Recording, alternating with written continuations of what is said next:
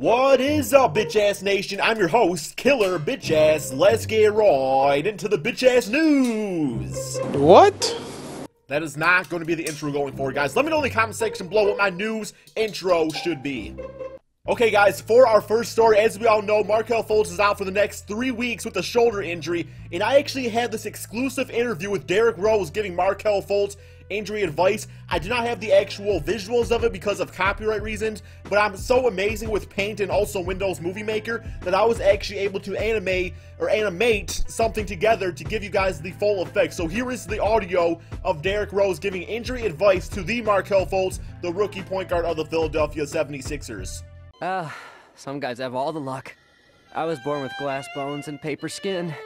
Every morning I break my legs, and every afternoon I break my arms. At night, I lie awake in agony until my heart attacks put me to sleep. Oh, no! No!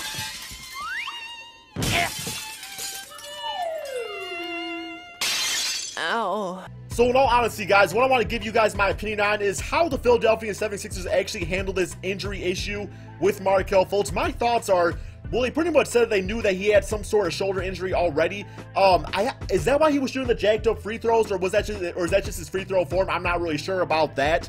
But yeah, man, when it comes to Markelle Fultz and the Philadelphia 76ers, the thing that's really sad about this situation is that I'm really thinking the 76ers were just trying to save face, because they are notorious for having injury issues with their rookies. Ben Simmons, Joel Embiid, I believe Nerlens well had injury issues. Maybe even Jahlil Okafor, I believe he had some little minor injury issues, and now Markelle Fultz is added to that list. So really, man, I could totally see, you know, the coach or the general manager of the 76ers actually bringing in Markelle Fultz, you know, to talk to them, have a little private session and saying, you know, man, I know that shoulder is bothering you and everything, but we can't really afford the PR of having another rookie injured. So please go out there and play. And they made him go out there, play his first few games, and now look what happened, guys. He's even more injured than before, and he's going to be out for 3 weeks, and who knows what kind of long-term effects it might have on his shoulder. I mean, when you're playing a professional sport, you know, of basketball, really any sport in general, playing through an injury, especially, he's only, what, like 19 years of age, so he's not even fully developed yet as a player, or, you know, from a physique standpoint. So just, like, doing that and putting that tension on his shoulder, it was just a poor choice, and I really do hope that somebody pays for that when it comes to the Philadelphia 76ers management, because they did not handle the situation at all. If the man's injured, he's injured. Don't make him play through it to save face for your own organization. And for our next story, guys, I am so confident LeBron James is going to be a member of the Los Angeles Lakers. Lonzo Ball is doing all the right things to ensure and really show LeBron James, you know, through the means of media that, hey, man, we really want you on this team. We all know Magic Johnson and LeBron James, you know, just the duo they would make, not only from a business standpoint, but also just from Magic Johnson kind of being at the helm of things. But at the same time, we all know LeBron James helps run things when it comes to the management of his teams. But yes, guys, I think LeBronzo is going to be a real thing next season. Lonzo Ball was actually asked about how does he handle losing out there. And he said, you know, like my dad LeVar helped me growing up with all that, but also his favorite player of all time, LeBron James, helped him really get the mentality of this is how you handle a loss, and this is how you handle criticism in the media. So this is like the second or third time that LeBron James has been put into the light of kind of like that mentor role by Lonzo Ball. Now, you would think Lonzo, who grew up in California, would kind of be more gravitated toward Kobe Bryant. And maybe in his mind he was, maybe realistically, Kobe Bryant was his favorite player, but Kobe is retired now. So Lonzo Ball is showing that love towards LeBron James in hopes of saying like, yo, man, I'm a big fan. You know, come over here with me and Magic Johnson. We are going to make things happen in Hollywood. And not only that, I feel like LeBron James does not really have much more to accomplish in Cleveland. And we all know LeBron James secretly made it away, wants to go play for the Los Angeles Lakers. Alright, so it's been quite a few days now since Eric Bledsoe tweeted out that he no longer wants to be a member of the Phoenix Suns, or at least allegedly he did. I mean, he's still saying that, you know, man, I was at the hair salon, and, you know, he's saying I don't want to be at the hair salon, but we all know that's not the truth, right, guys?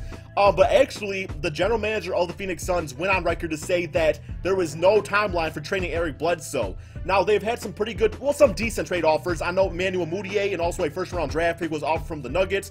My Detroit Pistons offered up Reggie Jackson. The Milwaukee Bucks offered up Matthew Dellavedova, Greg Monroe, and I believe a first-round draft pick also.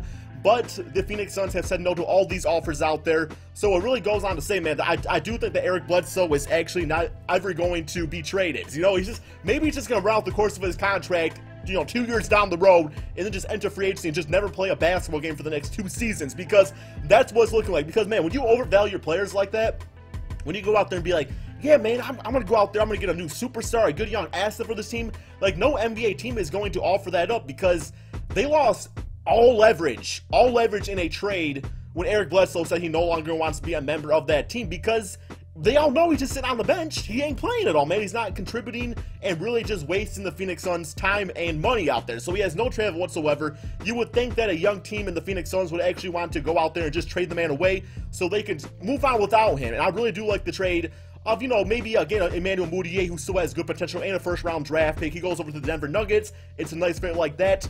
I mean, I'm going to be honest, guys, as a Pistons fan, Reggie Jackson's been okay for the Pistons this season, but with that contract, I really don't see the Phoenix Suns wanting to invest in that.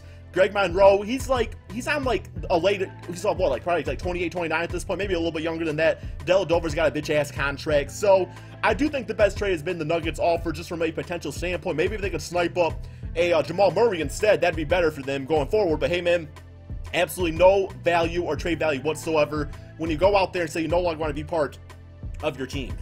Alright, my friends, that is all the bitch ass has for you guys today. Hope you guys are really enjoying the series. Be sure to drop a like, show support on this series going forward. I will definitely make a lot more of these, and I will add some more things to them going forward. If you guys ever have any criticism or things you want me to add to the show, let me know in the comment section below. Also, if there's ever any story you want me to cover in the NBA, send to me on Twitter at CrispyFlakes2K. Thank you guys all so much for watching, and peace out, my friends.